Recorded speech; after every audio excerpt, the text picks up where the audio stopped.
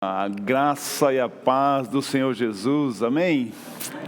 Sejam todos bem-vindos a mais um encontro, estudo da palavra e meditação. Nós estamos iniciando mais uma escola bíblica, nós estamos falando a respeito da expansão da igreja. E o nosso tema hoje é falar sobre a primeira viagem missionária de Paulo, né? Para isso nós usaremos o texto de Atos no capítulo 13.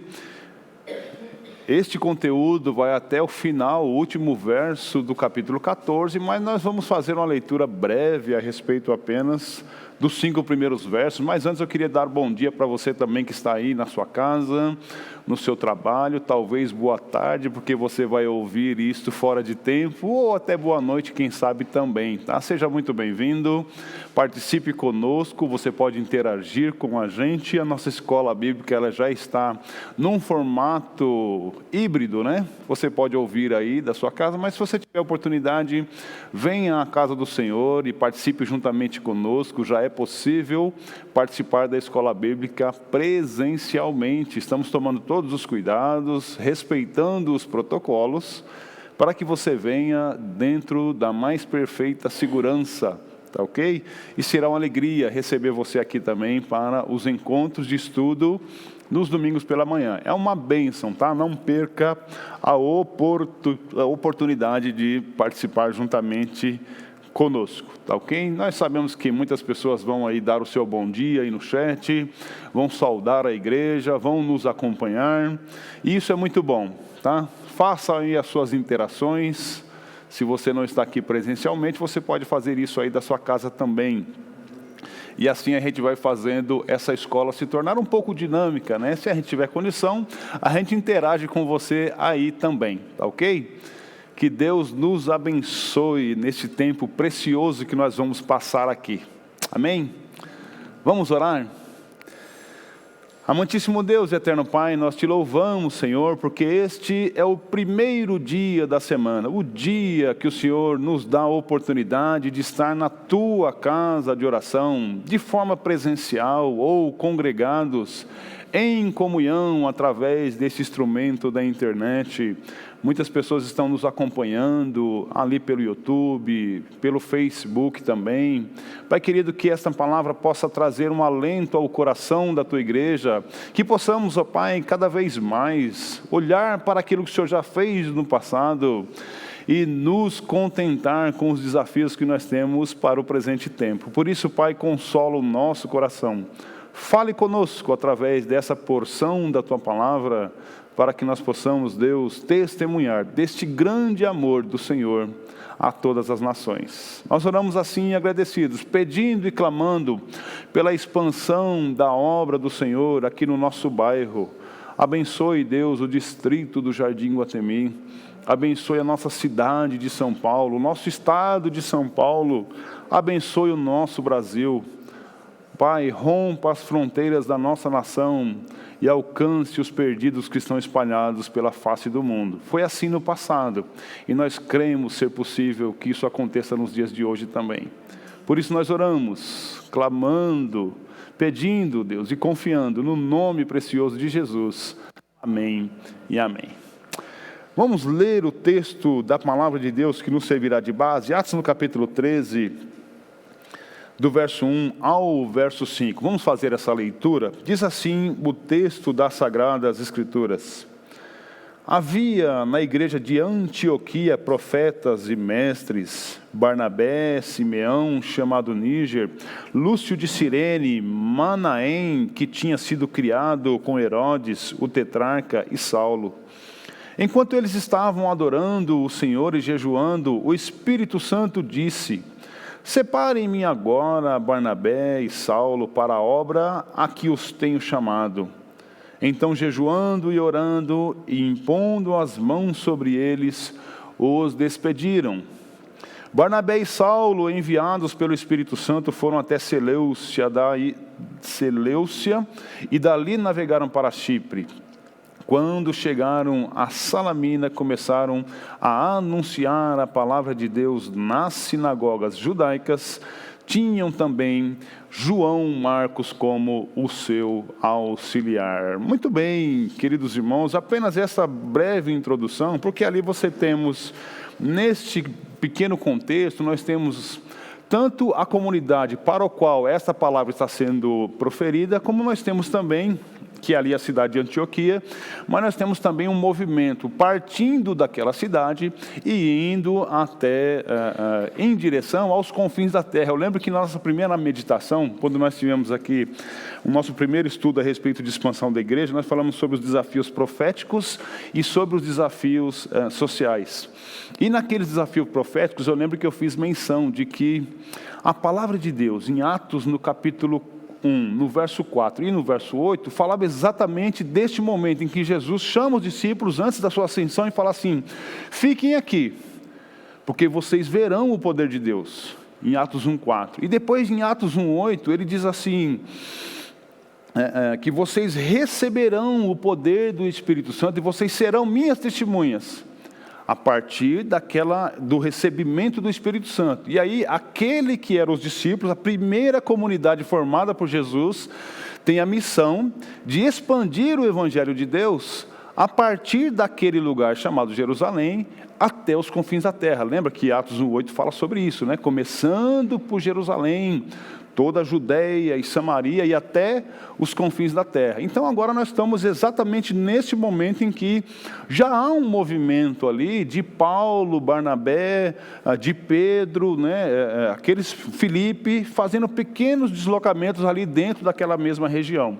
Mas agora a gente chega num ponto em que a Bíblia vai descrever de uma maneira muito distinta a primeira viagem de Paulo. E essa viagem é missionária, tanto que o texto que a gente acabou de ler, ele diz exatamente isso: olha, separem para mim Paulo e Barnabé. E quem fez esse chamado, quem fez essa separação? Foi o Espírito Santo. Tanto que eles estavam orando, estavam jejuando e receberam do Espírito Santo essa orientação. Então, há um movimento desde a igreja primitiva para que a expansão do reino de Deus, a expansão da igreja desde a igreja primitiva, ela acontecesse. E nós esperamos hoje olhar para tudo isso e conseguir enxergar paralelos entre aquilo que aconteceu e a nossa comunidade. É para isso que nós estamos aqui estudando. Não queremos outra coisa senão que isso nos sirva de referência para a gente olhar como foi no passado e continuar fazendo hoje, porque a nossa missão é essa, né? Lembra da fala do mestre na chamada, né? Na convocação da grande comissão, né? Quando ele fala assim: portanto, depois dele falar assim, todo o poder, Jesus fala isso, né? Mateus 28, verso 19 e verso 20, um pouquinho antes ele vai falar assim: portanto, todo o poder me é dado no céu e na terra. E aí ele fala: portanto, ide, pregai o evangelho a toda criatura, batizem em nome do Pai, do Filho e do Espírito Santo, ensine essas pessoas a guardar tudo o que vos tenho ensinado. Né? E ele fala assim: ó, façam discípulos. E a missão da igreja é isso, é fazer discípulos. E é importante olhar para essa missão, para esse texto que nós estamos aqui debruçados sobre ele, porque neste contexto, em algum momento eu vou fazer uma separação em que nessas andanças de Paulo e de Barnabé, nós vamos encontrar um ato de evangelização que ele é muito, eu vou chamar de denso, porque normalmente, né, a dinâmica do mundo outro é muito rápida, né, Léo? Hoje, assim, não dá para você pegar uma pessoa e esperar que ela fique 2 horas ouvindo você falar num aspecto de evangelização. A gente tem que ser muito dinâmico, Cláudio, não dá. Você tem que ser, a pessoa não tem 2 horas para ficar nos ouvindo. Então o evangelista ele tem que condensar ao máximo. Mas essa narrativa compreendida entre Atos 13:1 até 14:28, você vai ver o Paulo falando com uma comunidade, e é interessante que ele resgata desde quando Deus tirou o povo do Egito. E ele faz uma síntese assim, ó, e leva aquele povo judeu a enxergar Deus desde o Egito, quando tirou com mão forte das garras do faraó o seu povo, e leva esse povo até a Jesus, e traz eles, fala: é desse Jesus agora que eu estou dizendo, mas esse Jesus é o filho daquele Deus que tirou vocês lá do Egito. E isso é muito importante para nós, para que a gente tenha uma clara compreensão. Quando nós falamos sobre expansão da igreja, quando falamos sobre esta dinâmica de evangelização, é importante a gente enxergar isso, que não falamos de qualquer coisa, que quando a gente traz supérfluos para dentro da evangelização, as pessoas às vezes se convencem de que Deus é bom pelas maneiras equivocadas. E depois a gente fala assim, puxa vida, mas aquela pessoa estava tão firme na fé. Essa pessoa, poxa, quando ela testemunhou, quando ela foi para o batismo, quando ela desceu as águas das Sagradas Escrituras, ela estava com tanta alegria, havia tanto calor naquele coração. Isso nos empolga, né? Não é gostoso você ver um novo convertido, assim, aquela alegria, aquela garra. E de repente, passa mais alguns dias, você vai vendo que essa pessoa, por alguma razão, ela esmorece, ela não tem substância na sua fé. Parece que assim, passou aquele tempo do leitinho, só tomando leite o tempo todo. E na hora que precisou de um alimento um pouco mais sólido, para encarar os desafios, ela não tinha, né? E aí essa pessoa acaba ficando pelo caminho. E aí a gente entra naquela celeuma, né? Era convertido ou era convencido? Quem somos nós para julgar o coração das pessoas, né? Mas cabe a nós fazer a nossa parte de maneira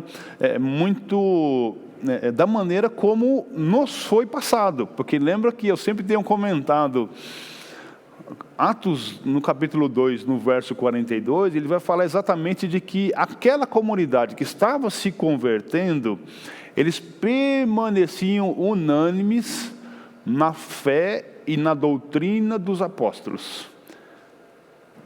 E a gente não pode perder essa característica de que um novo convertido, ele precisa permanecer na fé. E não em qualquer doutrina, porque senão você sabe que hoje as pessoas ouvem doutrinas de todos os jeitos, né? Qual é a doutrina que ele precisa permanecer? Aquela de Jesus, lá de Mateus 28, 19 e 20. Ensinem eles. Façam discípulos, batizem em nome do Pai, do Filho e do Espírito Santo. Porque é isso que de fato vai fazer com que a gente solte esse discípulo e ele continue caminhando. Do contrário, ele vai ficar o tempo todo segurando na saia de alguém, ou no paletó de alguém, né? Tem que ficar aquela ovelha assim que não desmama nunca. E a gente tem que fazer o crente desmamar, né? A igreja só vai expandir quando o crente se enxergar como essa pessoa que faz parte desse movimento de expansão, tá? Dando um panorama geral para você que está nos acompanhando aí na sua casa pela primeira vez, por exemplo, nós já falamos no primeiro encontro que nós tivemos sobre esses desafios proféticos e sociais, pensando nos desafios que a igreja tem para a sua expansão, né? Falamos no domingo passado sobre, mesmo diante de grande oposição, né, em Atos a gente percebe que a igreja continua crescendo, continua encarando os desafios, perseguição severa, os discípulos são literalmente mortos por perseguição, né? E o Ítalo falou sobre isso a semana passada, e hoje nós vamos dar continuidade falando sobre a expansão da igreja através da primeira viagem missionária de Paulo. Eu queria pedir para que os meus irmãos me ajudassem colocando o mapa dessa primeira viagem. Se você tem uma Bíblia aí, talvez no final da sua Bíblia, essa aqui minha não tem, mas volte toda ela, assim, no finalzinho sempre tem alguns mapas assim na Bíblia. As últimas páginas da Bíblia, algumas Bíblias têm mapas. E ali você tem o mapa da primeira viagem de Paulo, né? Não sei se a gente consegue passar aqui no nosso telão também, para que os irmãos acompanhem. Porque é importante, como nós vamos falar de uma viagem, é importante você enxergar isto, né? Eu estou sem o retorno ali no meu monitor, eu não sei se já está aparecendo ali na transmissão, vocês vão me avisando aí, se já está lá na transmissão, para que as pessoas de casa possam nos acompanhar também. Pronto, já está lá. Enfim, por que eu estou pedindo para colocar este mapa aí para você, né? Para você entender qual foi o percurso que Paulo percorreu, né, nessa sua primeira viagem missionária. Então você tem ali um ponto inicial aí na sua tela de Antioquia, né? De Antioquia ele passa ali para Salamina, né? De Salamina ele vai até Pafos, depois ele sobe lá para a região de Derbe, aí vai para Antioquia, e olha que interessante, né? Nesse mapa aí você tem duas Antioquias. Aliás, no mundo, né, na igreja primitiva, você tinha, naquela época, várias Antioquias. Então, ele está saindo da Antioquia da Síria, E aquela outra Antioquia que você vê lá em cima, aquela ali é a Antioquia da Psídia. Depois ele vai para Icônio, para Listra, para Derbe, e depois de Derbe ele volta fazendo o mesmo caminho, né? Na volta ele não passa por Chipre, que é uma ilha, e ele volta para Antioquia. Então é importante que esta narrativa de Atos 13, né, do verso 1 até 14, 28, este é o território, este é o movimento que está acontecendo ali, nessa primeira viagem de Paulo, tá? Só para que, como nós vamos citar todos esses nomes, é importante você fazer essa leitura, né? Vou fazer uma distinção. Quando você vê lá o primeiro ponto lá em Antioquia, é interessante você saber também que assim, olha, Antioquia, ela estava destacada, estava numa região de Planalto e não era uma região portuária. Então, o primeiro movimento que Paulo e Barnabé tiveram que fazer é ir até a beira da praia, porque não tem barco na terra, né? Onde é que o navio fica? No porto, né? E o porto ficava ali nas regiões, né, mas não tão próximos assim, né, da ordem pelo menos de 25 quilômetros de distância, até você conseguir chegar na região do cais, e você faz esse deslocamento a pé, e depois você pega um barquinho e começa a ir de barco lá para a primeira ilha de Chipre, aí você chega em Salâmina, que está na região leste, né, de Chipre, depois você vai para a região oeste, lá de Pafos, e depois você faz todo esse percurso de barco e vai lá para cima, para a região de Perge, lá e depois para Antioquia. Tá bom? Eu trouxe isso para vocês, só para vocês terem esse desenho mental do movimento, né? Não é fácil a gente só escutar os textos e não ter uma visualização daquilo que é um mapa, daquilo que é uma viagem, né? Então, é importante vocês olharem para isso, né? Como que a expansão do reino de Deus na igreja primitiva, ela teve grandes desafios. Por exemplo, o missionário não tinha um avião, né? Demorava bastante para o missionário sair de um lugar e chegar no outro, né? Deslocamento muito grande, né? Por navios, e depois lá na região da terra também, né? Não tinha trem, não tinha ônibus, não tinha carro, era na sola mesmo, né, irmão?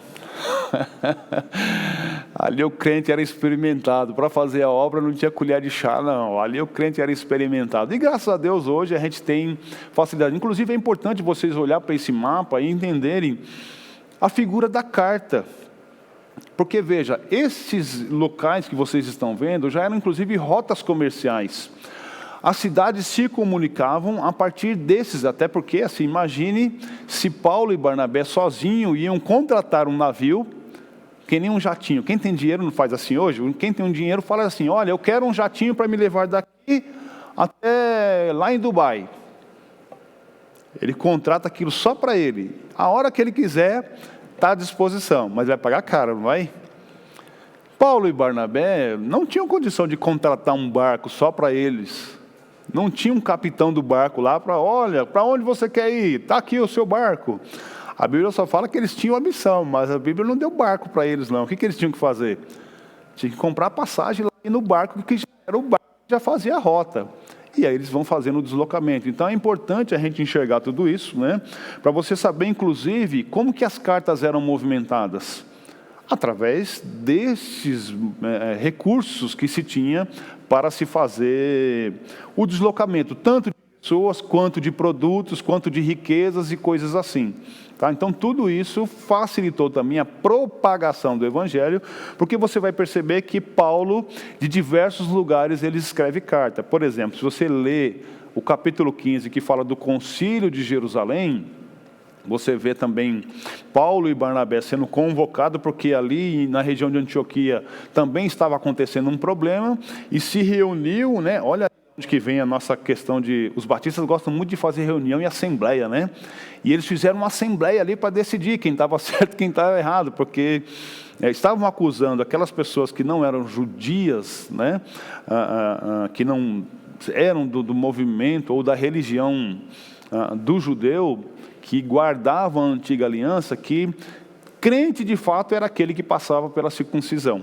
Criou um grande problema lá, e eles fizeram uma grande reunião chamada Concílio de Jerusalém, está escrito ali descrito no livro de Atos, e esse concílio culminou por tomar uma decisão, e depois se entrega uma carta para as pessoas levarem essa carta de volta. Esse concílio foi em Jerusalém, e aí pega-se essa carta e leva-se de volta lá em Antioquia. para dizer o que de fato a igreja, o colégio apostólico decidiu a respeito daquela matéria, né? E falou, não, esse negócio não está certo. Crente é crente e não precisa da circuncisão. Ponto. E encerrou-se a matéria. Mas como é que isso chegou lá de volta a Antioquia? Através de uma carta que foi enviada ali para aquelas pessoas, tá ok? Muito bem, amados irmãos e amadas irmãs, eu preciso que vocês me ajudem, né? Quero usar vocês também, até porque é uma escola, a gente vai interagindo por aqui, né? Eu queria que, por favor, lesse Atos 11, no verso 3, para a gente entender qual a importância desse lugar chamado Antioquia para nós, né? Por favor, quem pode ler Atos 11, 3? Entraste em casa de homens incircuncisos e comeste com eles. Muito bem, veja só, por que estou trazendo esse texto aqui, né? A expansão da igreja sempre passou por dificuldade, e mesmo ali na região da Antioquia, você vê assim, Pedro sendo questionado por esses judeus, de que assim, o evangelho estava chegando aos gentios, mas não era certo um judeu entrar na casa do gentio. E a dura que Pedro está tomando aqui, na região de Jerusalém, é justamente porque os judeus, olha Pedro, nós estamos sabendo que você entrou na casa do gentio. E você não somente entrou, mas você comeu com eles, porque o gentio não tinha a mesma cultura do judeu, que passava por um processo de purificação de alimentos, para depois ele poder fazer a sua ceia. Então era muito ruim para um judeu ser flagrado comendo na casa do gentio. E é isso que está acontecendo ali. E quando a gente olha para esta igreja, ela é organizada diante de todas essas diante de todas essas dificuldades. Você vai vendo esses movimentos acontecendo de maneira muito concisa, né? Semana passada a gente falou sobre essa perseguição que a igreja sofreu, e Pedro, logo depois que passa por isso, ele recebe uma visão da parte de Deus, né? Falando da questão dos alimentos, dos animais quadrúpedes, e Pedro fala assim, na visão que ele recebe, né? Ele fala assim, não, na minha boca nunca houve um alimento impuro, né? Até o alimento do judeu ele era separado. E aí, naquela mesma visão, ele recebe aquela voz dizendo para ele assim, olha, não diga que é impuro aquilo que Deus purificou. Fazendo uma analogia que agora, embora as pessoas, o evangelho tivesse sido primeiramente destinado ao judeu, ele chegou agora ao gentio. E por ele ter chegado ao gentio, o judeu não poderia considerar o gentio impuro, ou impróprio, ou indigno de receber o evangelho. E aí você vê o capítulo 11 de Atos narrando exatamente isso, para que na cabeça de Pedro ele tivesse essa revelação. Porque o conceito dele era ainda de que assim, olha, existem alimentos puros e impuros. Mas Deus estava falando para ele, agora nós estamos numa nova aliança. O evangelho não é mais para o judeu, porque o judeu desprezou. Lembra da fala em que, ao se fazer alusão a Jesus, se diz o seguinte, ele veio para os seus e os seus o rejeitaram. Está falando da comunidade dos judeus, né? E o judeu desprezou, tanto que quem levou Jesus para a cruz foram exatamente, né, aquele sinédrio, né, aquele, vamos dizer assim, né, aquele julgamento esquisito que fizeram ali para condenar Jesus, quebrando todas as regras e os protocolos que se tinha até o presente momento, né? Perdão. Vamos avançando, então por que eu trago a esta ideia do que era essa comunidade de Antioquia? Ela estava muito bem organizada. O texto que nós lemos falava que ela orava, ela jejuava, ela estava em constante oração. Foi isso que nós lemos lá em Atos no capítulo 13, os primeiros versos, né? E por isso, inclusive, que ela recebe essa revelação, né, a respeito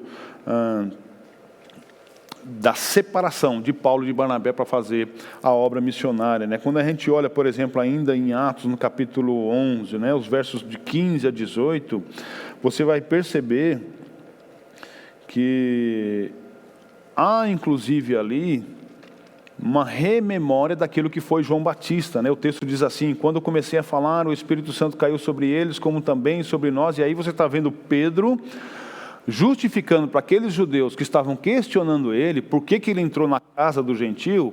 E aí Pedro está meio que fechando aqui o pensamento e dando uma resposta para aqueles judeus. Olha, você quer saber por que eu entrei na casa do judeu? Eu vou te falar o que aconteceu naquele lugar. E aí ele começa a narrar no verso 15. Quando eu comecei a falar, o Espírito Santo caiu sobre eles, como também sobre nós, no princípio. Então me lembrei da palavra do Senhor quando disse: João, na verdade, batizou com águas, mas vocês serão batizados com o Espírito Santo, pois se deu a eles o mesmo dom que tinha dado a nós quando cremos no Senhor Jesus. Quem era eu para que pudesse resistir a Deus? E no verso 18 ele conclui dizendo assim: quando os demais ouviram isso, e aí esses demais aqui são os judeus que estavam afrontando a Pedro, questionando Pedro por que ele entrou na casa do gentio, né? E ele o texto de Lucas vai narrar, né? Nós estamos em Atos, mas o autor é Lucas. Quando os demais ouviram isso, acalmaram-se e glorificaram a Deus, dizendo: então também aos gentios Deus concedeu o arrependimento para a vida eterna. E aí se quebra todo aquele paradigma que se tinha, que o evangelho é exclusivamente para o judeu, né? E aí você tem então vamos dizer assim, não é rejeição, mas essa contraposição à expansão do reino, né, fragmentada, porque até então você tem o reino de Deus querendo crescer, e você tem, abre aspas, crentes dificultando a obra de Deus. Aí eu vou falar de crentes mais prosélitos, aquelas pessoas que estavam judeus, que estavam ainda com a memória da antiga aliança, achando que o único caminho era a antiga aliança, e Jesus é a aliança. Jesus fala que este é o meu sangue, né? Este é a nova aliança. A partir do arrependimento de pecados e da fé em Jesus, no sangue derramado na cruz, é que há de fato a conversão de pessoas, e não na antiga aliança. Então você tem um movimento de transição ali, e isso é muito importante a gente enxergar isso tudo, para a gente entender qual foi a importância deste movimento de expansão a partir daquela comunidade. No meio de tanta luta, de tanta dificuldade, você vê ali aquela igreja sendo preparada, né? E você vê, por exemplo, quando a gente avança um pouco mais, né, lá ainda no capítulo 11 de Atos, lá no verso 20, ele fala assim: alguns deles, porém, que eram de Chipre e de Cirene e que foram até Antioquia, falavam também aos gregos, anunciando-lhes o evangelho de Jesus. Evangelistas já estavam ali naquela comunidade de Antioquia também, falando aos gregos, né, que também era um povo que era discriminado, né? O evangelho não chegava plenamente a eles, porque tinha essa cultura dentro dos judeus, que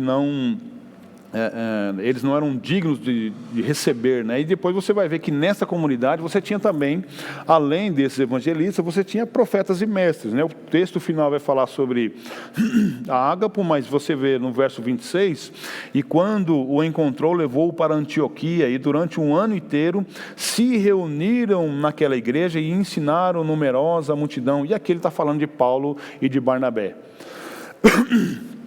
Desculpe. E aí Paulo e Barnabé, ele passa um ano naquela igreja de Antioquia, ensinando aquela igreja como mestres, como profetas de Deus, porque eram aqueles que interpretavam as Sagradas Escrituras e transmitiam aquilo com muita clareza para aquela comunidade. Veja como isso é importante para a manutenção de uma boa igreja. Quando uma igreja vai crescer e vai se expandir de forma saudável, quando isto tudo está assim, conectado.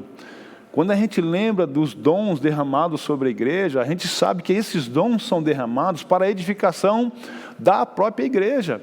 Então você tem assim uma citação de evangelistas que estão ali falando aos gregos, e você tem por trás disso Paulo e Barnabé durante um ano ensinando esta própria igreja, para que haja um desenvolvimento e maturidade espiritual daquela igreja também, para a gente entender qual era a dinâmica da igreja de Antioquia.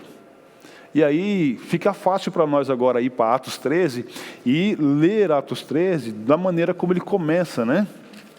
Porque o texto que a gente leu, no verso 1, nós lemos, né? Havia na igreja de Antioquia profetas e mestres. Aí ele começa a citar Barnabé, Níger, tal, né? Enquanto eles estavam orando, né? Está lá no verso 2. Estavam adorando ao Senhor e jejuando. O Espírito Santo lhes disse: separem para mim. Veja que há uma conexão de vida em comunidade espiritual muito intensa. Então a expansão da igreja, ela não se dá de outra forma.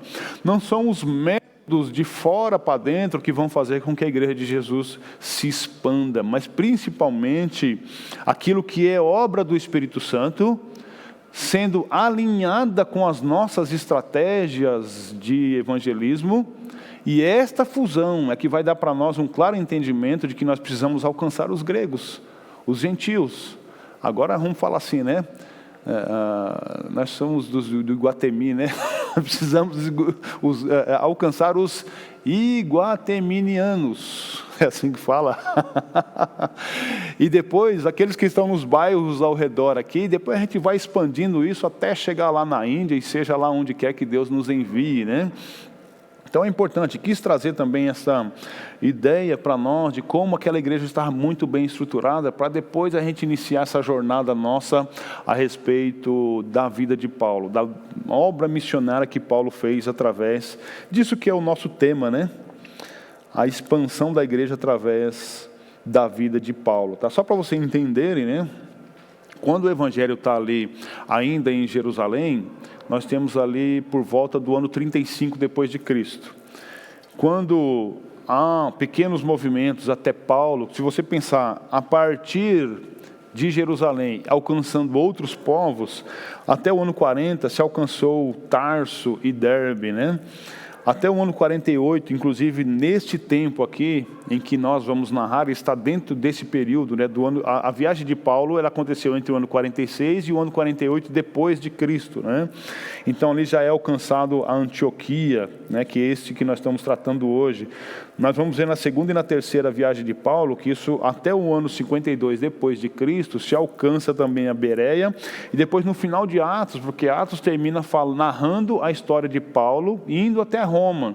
E aí você vai ver, né, dentro de uma questão de cronologia de tempo, até Roma, o evangelho chega até a década de 60, o ano de 60, é expandido o evangelho de Jerusalém e alcança até os arredores de Roma com a viagem de Paulo. Para vocês entenderem assim, mais ou menos a cronologia do tempo, de como essas coisas aconteceram nesta dinâmica aí que nós estamos apresentando sobre a viagem de Paulo, a primeira viagem missionária, tá bom? Muito bem, vamos avançando então agora literalmente na viagem. Vocês já viram um mapa, né? E o texto então de Atos no capítulo 4, ele fala assim: Barnabé e Saulo, enviados pelo Espírito Santo, foram até Seleucia e dali navegaram para Chipre, né? E aí é importante a gente entender, né? Seleucia era justamente aquele lugar onde estava o porto. Tá? Então você estava no meio da terra, lá na região da planície, aí você desceu a Serra de Santos aqui pela Imigrantes e chegou lá no Porto de Santos. Né? Só que lá na ocasião não era o Porto de Santos, era o Porto de Seleucia, né? Era nesse lugar aí, e a partir dali sim que eles fazem a viagem por barco, né, até Salâmia, né? Isso aí está registrado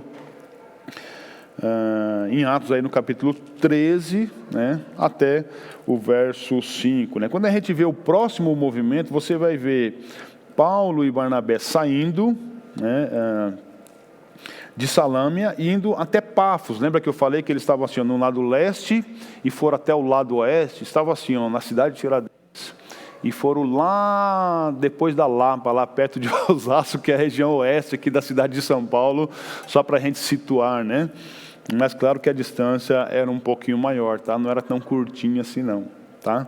Mas é importante a gente saber que nesta viagem missionária, o texto bíblico inclusive vai citar que João Marcos está com ele. Depois é uma figura bastante emblemática, a figura do João Marcos, né? Inclusive a qual a Bíblia atribui o livro, né, do Evangelho de Marcos. Mas você vai ver que assim, num primeiro momento da vida de Marcos, ele está acompanhando esses dois homens de Deus, missionários assim, tementes a Deus, poderosos na palavra, mas por alguma razão esse menino ele volta, deixa eles num dado momento, né, quando eles saem dali da região de Perge e vão para Pisídia. João Marcos dá uma desviada e volta para Jerusalém. Aquilo cria um problema danado para ele, né? Fazendo um paralelo breve, como é importante a gente seguir a nossa jornada, né? Porque depois Paulo vai falar assim: não, eu não quero andar com João Marcos, ele estava com a gente, estávamos pregando o evangelho. E pense na figura do auxiliar, né? Todos nós somos auxiliares do nosso pastor titular. O trabalho dele, ele é auxiliado pelo nosso. O nosso trabalho auxilia o trabalho dele. Quando nós nos furtamos do nosso trabalho, o que acontece com o nosso pastor presidente? Ele fica sobrecarregado. E aí, por conta disso, Paulo dá um puxãozinho de orelha no Marcos e fala assim: ó, esse menino eu não quero mais comigo não, porque ele me deixou na mão. E, enfim, né, aquilo cria uma certa dificuldade entre eles ali. Mas Barnabé fala: não, então deixa ele comigo. E depois ele passa a ter mais um período de discipulado com Barnabé. E Barnabé meio que assim, né? João Marcos, e dá ali umas instruções para ele. E depois a Bíblia vai narrar lá mais para frente, né? Pela narrativa do próprio Paulo, que esse João Marcos, depois Paulo teve a alegria de estar novamente com ele. Mas é importante a gente, né, fazendo e fechando esse parênteses, a gente saber que na nossa jornada a gente pode até esmorecer, mas voltar não é uma boa opção.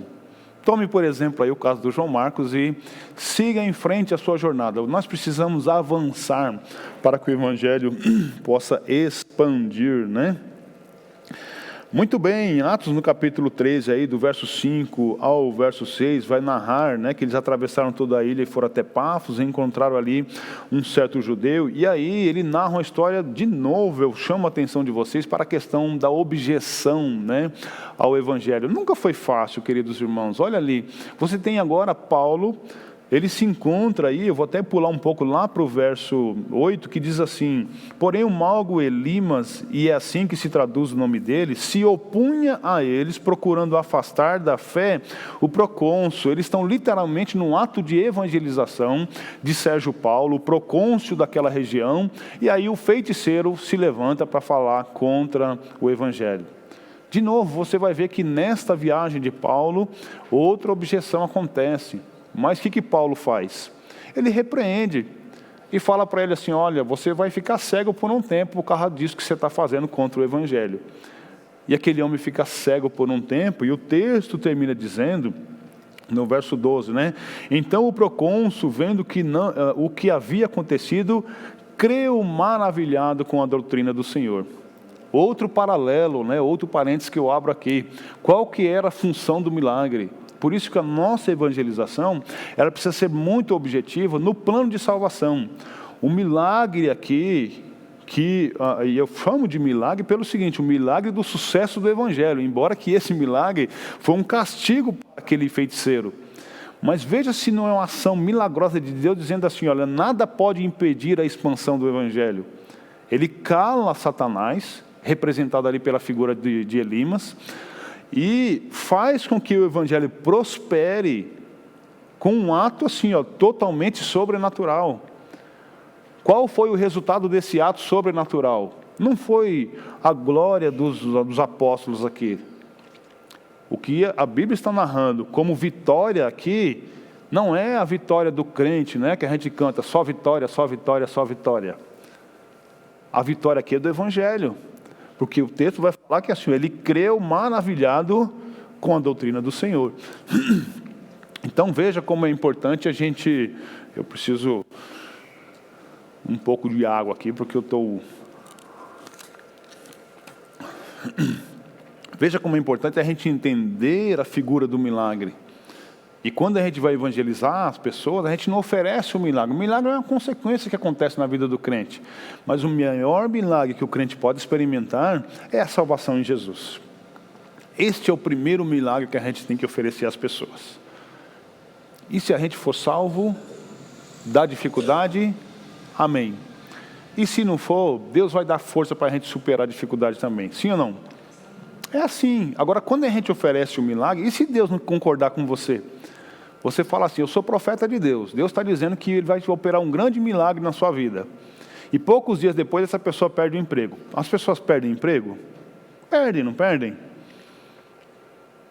E se, de repente, né, depois dessa voz profética, a pessoa perder o emprego? Como é que você explica para ela que Deus ama essa pessoa, mesmo sem emprego?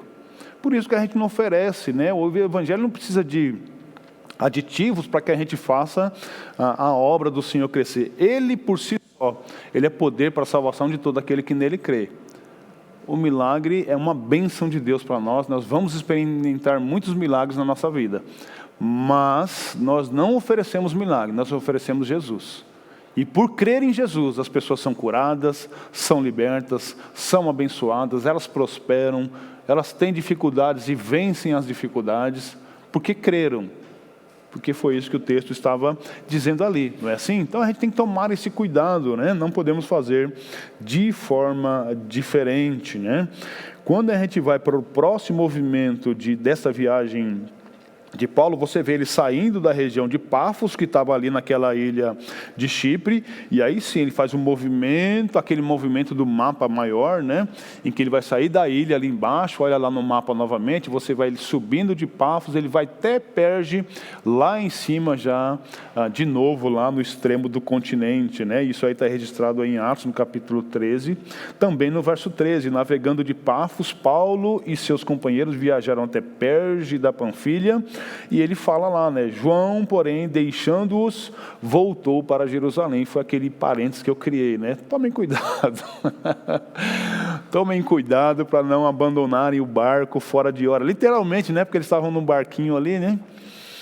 E aí, nesta oportunidade, a gente registra isso, né? Depois você vai ver no verso 14, de novo, mais um movimento, né? Olha que legal, ainda no verso, nesse bloco de versos que a gente tem aqui, é importante a gente lembrar, né, que no verso 15 ele diz assim, né, depois da leitura da lei dos profetas, os chefes das sinagogas mandaram dizer-lhes: irmãos, se vocês têm alguma palavra de consolo para o povo, falem. Olha como Deus estava trabalhando as coisas ali, né?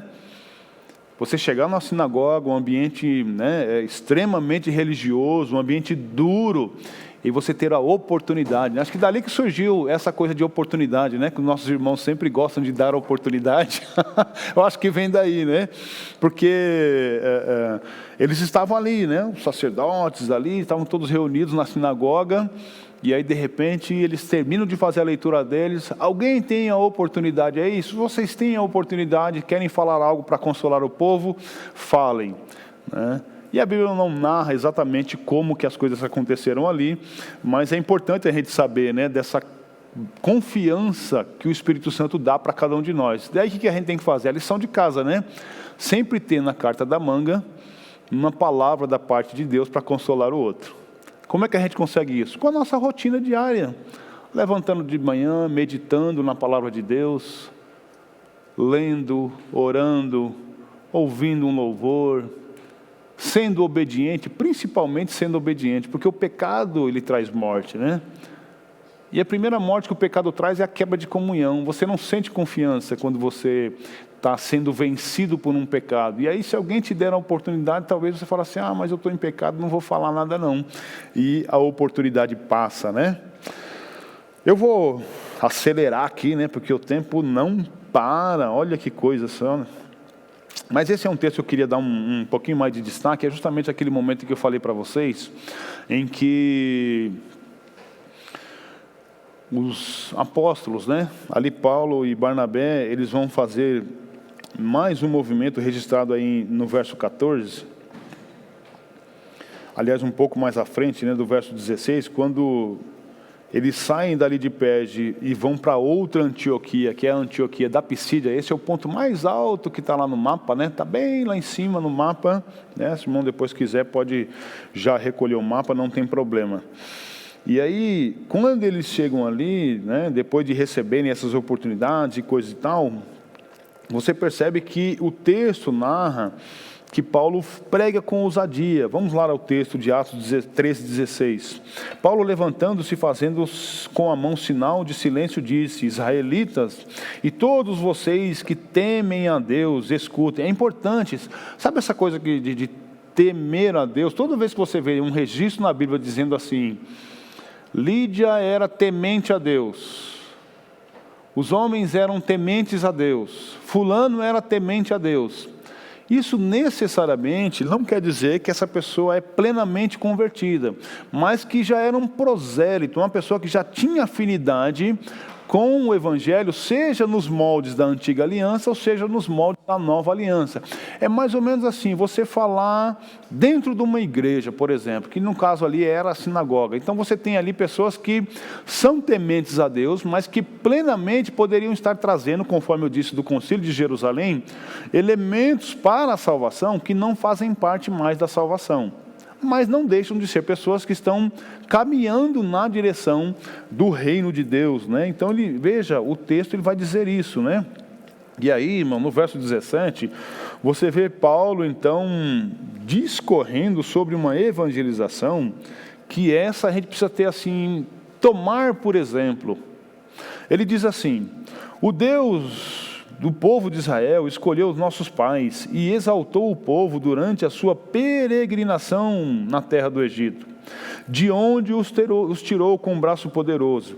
Suportou os maus costumes do povo durante 40 anos no deserto. Aqui ele está falando do êxodo, quando tirou do Egito e estava caminhando em direção à terra da Canaã, e aquele povo era um povo de dura serviço.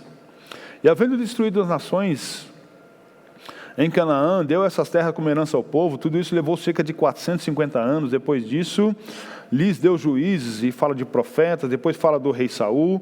E você vai vendo, irmãos, que eles vão avançando, ele vai fazendo uma releitura muito concisa de tudo aquilo que aconteceu na história do povo hebreu.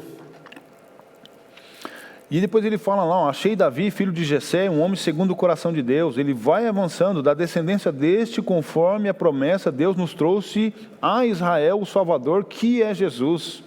Antes da manifestação dele, aí ele fala de João Batista, daquilo que João Batista pregou. Quando João estava completando a sua carreira, disse: quem vocês pensam que eu sou? No verso 25, não sou aquele que vocês esperam, mas depois de mim vem aquele de cujos pés não sou digno de desamarrar as sandálias. Novamente você vai vendo João Batista apontando para Jesus, que é aquele para o qual ele está ali falando para aqueles judeus: irmãos, descendência de Abraão e todos vocês que temem a Deus, a nós foi enviada a palavra desta salvação. E aí ele faz um discurso jogando luz em Jesus e trazendo textos do Antigo Testamento. Ele vai falar de Salmos lá no verso 33, no verso 35, e ele termina no verso 36 a 38 apontando o seguinte: porque tendo Davi no seu tempo servido conforme o plano de Deus, morreu, foi sepultado ao lado dos seus pais e viu corrupção, porém aquele a quem Deus ressuscitou não viu corrupção. Portanto, meus irmãos, saibam que é por meio de Jesus. Olha aqui de novo, olha a construção. Por que Paulo fez toda essa construção? Porque todos aqueles irmãos que estavam ouvindo ele ali, estavam presos na antiga aliança. E aí ele conclui, a ideia do portanto é uma conclusão. Portanto, meus irmãos, saibam que é por meio de Jesus que a remissão dos pecados é anunciada a vocês, e por meio dele todo o que crê é justificado de todas as coisas das quais vocês não puderam ser justificados pela lei de Moisés. Veja que não é qualquer anúncio na evangelização, não é qualquer palavra. Por isso que eu digo, tomemos sempre aquele cuidado de não oferecer um milagre. Olha, vai lá na minha comunidade que Deus vai operar um milagre. Quem garante para você que Deus quer operar um milagre na vida daquela pessoa específica que você está evangelizando? Agora, quer fazer uma profecia na vida da pessoa? Deus vai fazer um milagre na sua vida. Ele vai tirar o coração do seu coração de pedra e vai colocar um coração de carne, e a partir deste novo coração que Deus te dá, vai ser implantado fé no seu coração, e você vai viver uma novidade de vida. Amém. Ninguém pode nos furtar o direito de fazer essa profecia na vida das pessoas. Essa é a profecia que Deus espera que a gente faça, e junto com isso você vai enxergar os milagres de Deus para a sua vida. Mas terão desafios também. E isso não é problema, isso não é para te amedrontar. Pelo contrário, isso é aquele brilho que dá na sua coroa. Nós vamos ter aquela alegria de chegar lá e falar, olha, minha coroa está brilhando porque eu fui experimentado. Eu passei por tribulação, passei por prova, mas não neguei a Jesus. Esta é a genuína expansão da igreja, pela qual aquele movimento de evasão que eu falei no início aqui do nosso estudo, não vai acontecer. Agora, se a gente ficar pregando coisas que são objetos estranhos à palavra de Deus, se Deus não concordar com aquela sua fala, essa pessoa vai ter a sua fé furtada. Ah, eu fui naquela igreja porque falaram que a minha avó, que está com coronavírus, ela ia ser curada do coronavírus. Porém, a minha avó morreu de coronavírus. Aí essa pessoa vai atribuir a Deus uma coisa que Deus nem falou. Quem falou foi um crente desinformado. Precisamos tomar cuidado. Responsabilidade. Não podemos brincar com a fé das pessoas. As pessoas estão caminhando a passos largos para o inferno e nós não podemos corroborar por isso. Precisamos tirar essas pessoas de lá e trazer para um ambiente de luz. Agora, tirar e dizer que assim, olha, você agora está dentro de uma bolha, não vai te acontecer mais nada de ruim. Não podemos fazer isso, né? Isso dificulta, né, a expansão da igreja, né, a expansão do evangelho, enfim. Termino dizendo, irmãos, no final desse texto, uma coisa assim muito bacana, né, que a gente vê para a conclusão desse período ali que a gente enxerga, né? O texto, ele vai apontar justamente para o fato de que as pessoas acabam por pedir que eles voltem na semana que vem para falar mais. Tamanha ousadia de Paulo. Mesmo sendo a palavra dura, porque ele estava acostumado com uma fé. E toda vez que você é confrontado na sua fé, dá aquela titubeada, né? Mas mesmo assim eles falaram assim, voltem a semana que vem para falar para nós. Então isso é muito importante, né? E depois disso, a Bíblia vai narrar, né, em Atos 13 também, que ele sai dali da região de Perge, vai lá para Panfilha. Enfim, depois da Panfilha ele começa a fazer um movimento de volta, e eu estou assim mais... É porque o nosso tempo já não vai dar para a gente explorar mais as oportunidades que a gente teria aqui, mas irmãos, eu levo vocês a uma conclusão, a partir dessas leituras que a gente fez, de que alguns textos da Palavra de Deus nos dão muita segurança, para que a gente entenda que assim, não vai ser fácil, mas também não vai ser difícil. É um paradoxo, né? Não é, não, mas não é fácil. Sim, não é fácil, mas também talvez não seja tão difícil, porque você vê, enquanto você tem, nessa leitura que a gente fez, um grupo de pessoas ansiosos para que eles voltem lá e falem novamente a semana que vem, você tem um grupo de pessoas que assim não está muito contente com esse negócio, né? Olha lá, Atos 13, ainda no 48, os gentios ouvindo isso se alegravam e glorificavam a palavra do Senhor. E creram todos os que estavam destinados para a vida eterna. Essa é a hora que a gente dá aquele glória, puxa vida, glória a Deus, aleluia. Mas quando você continua o texto, ele diz assim, a palavra se espalhou por toda aquela região. No verso 50, mas os judeus instigaram as mulheres piedosas de alta posição e os principais da cidade levantaram perseguição contra Paulo e Barnabé, expulsando-os do seu território. E estes, sacudindo contra eles o pó dos pés, foram para Icônia. Os discípulos, porém, estavam cheios de alegria e do Espírito Santo. Olha que coisa, né? Você está num lugar, fazendo bem para aquele lugar, você vê a obra do Espírito Santo acontecendo ali, as pessoas se convertem, de repente chega um grupinho de pessoas, expulsa você daquele lugar. E o que a Bíblia fala a respeito deles? Saíram chorando? Triste?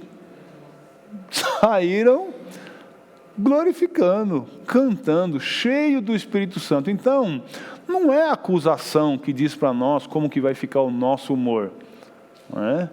É a ação de Deus na nossa vida. A gente tem que dar testemunho daquilo que de fato Deus está acontecendo. E não enaltecer as coisas que não estão caminhando muito bem, né? Uma pena, né? Que não temos muito tempo mais. Agora eu vou ter que fazer uma seleção aqui, né? Porque a gente nem falou tanto assim do capítulo 14, né? O capítulo 14... ele vai falar também deste... Aliás, eu vou separar apenas aqui, né? Atos, no capítulo 14, o verso 5 e 6 vai falar de um movimento que eles estão fazendo, mas olha que interessante, né? Nesse capítulo 14, apenas para resumir, enquanto eles estão ali na cidade indo de Icônio para Listra, depois de Listra para Derbe, depois eles vão fazer um movimento de volta para Antioquia, e eu vou resumir para a gente fazer o fechamento e não passar do nosso horário. Olha que interessante. Paulo chega numa comunidade e aí tem uma pessoa que é aleijado, uma pessoa que tem deficiência, e essa pessoa é curada por um ato de milagre. Paulo olha para ele e fala assim: você tem fé e você será curado. Está aí nos primeiros versos aí de Atos, no capítulo 14. Por causa disso, toda aquela comunidade fala assim: olha, vocês são igual aos nossos deuses. E começa a chamar um de Júpiter e o outro de Mercúrio. E vão lá, pegam uma série de parafernálias e querem oferecer um sacrifício. E Paulo desce a madeira e fala: está tudo errado, não é assim que se faz, eu sou homem comum igual vocês, não façam isso.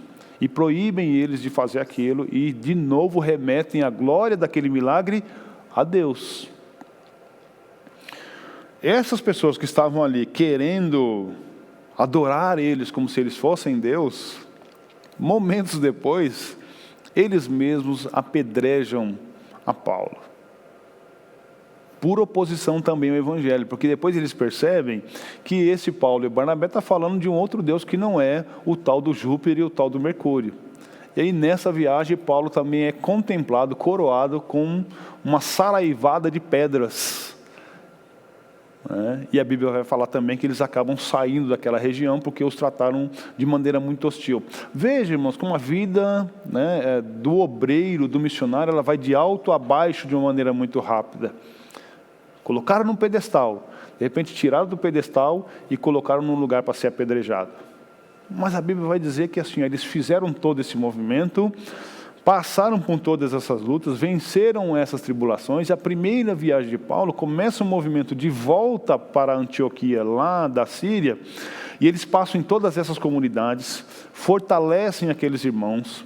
A Bíblia fala que eles, inclusive, separam ali presbíteros, que são os líderes que ficaram ali cuidando daquelas igrejas, e depois ele volta, e quando chega em Antioquia, eles acabam testemunhando das obras e das maravilhas que Deus fez ali naquele lugar, diante de toda essa emblemática que eles viveram na primeira viagem missionária de Paulo. Para vocês verem assim, a ação do Espírito Santo na vida da igreja, ela é preponderante. E que bom, né, que nós conseguimos orar. Sexta-feira teve a vigília, hoje pela manhã os diáconos estavam aqui orando das 8 às 9, justamente nessa expectativa de que o Espírito Santo abra a nossa mente, o nosso coração, para que a gente enxergue da parte de Deus o que o Espírito Santo está separando para a Igreja Batista do Jardim Guatemi. E aí você tem um papel importante nesse trabalho. É com você que Deus quer cuidar, é com você que Deus quer contar. Não é com o outro, é com você que Deus está falando. Deus quer que você seja um Paulo, Deus quer que você seja uma pessoa da mesma envergadura de Barnabé. Homem e mulher, jovens, adolescentes e crianças. Vocês são os instrumentos que Deus tem para fazer a expansão da igreja a partir de onde nós estamos.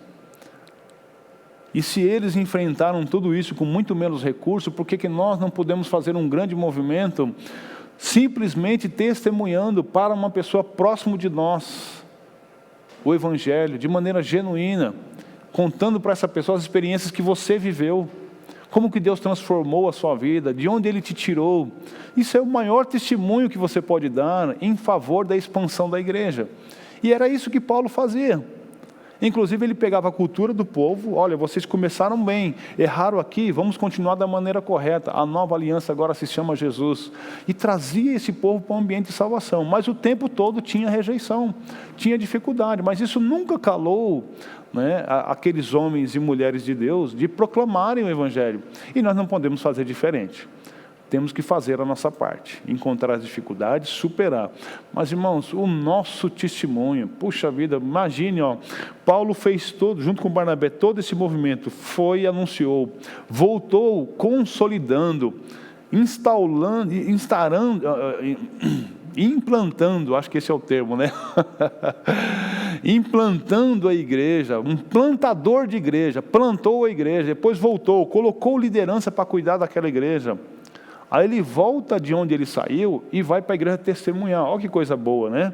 Receber o testemunho do obreiro de tudo aquilo que Deus fez através da vida e do ministério dele. E depois ele manda cartas para essas igrejas, para consolar as igrejas também, né? Então nós precisamos olhar para a primeira viagem missionária de Paulo e aprender todas essas coisas e tantas outras que a gente não conseguiu aqui compreender e nem expor, mas é importante que a gente tenha essa alegria no nosso coração, que a gente enxergue isso. E você tem esse desafio, tá? Começou por Paulo e por Barnabé, e tantos outros, né? Se você olhar os versos antes desse texto que a gente está lendo, você pode ali encontrar, por exemplo, 2 viagens de Filipe, uma viagem de Pedro, né? E outras pessoas que estavam ali fazendo viagens missionárias, como essa que é narrada aqui a respeito da vida de Paulo. Amém? Deus nos abençoe, Deus dê para nós um bom domingo, que a gente consiga refletir sobre todas essas coisas, colocar isso dentro do nosso ministério. Isso aqui não tem outra finalidade senão que você se sinta constrangido e constrangida a fazer parte desse processo, esse movimento que o Espírito Santo está fazendo para que haja expansão da igreja aqui e em todo lugar.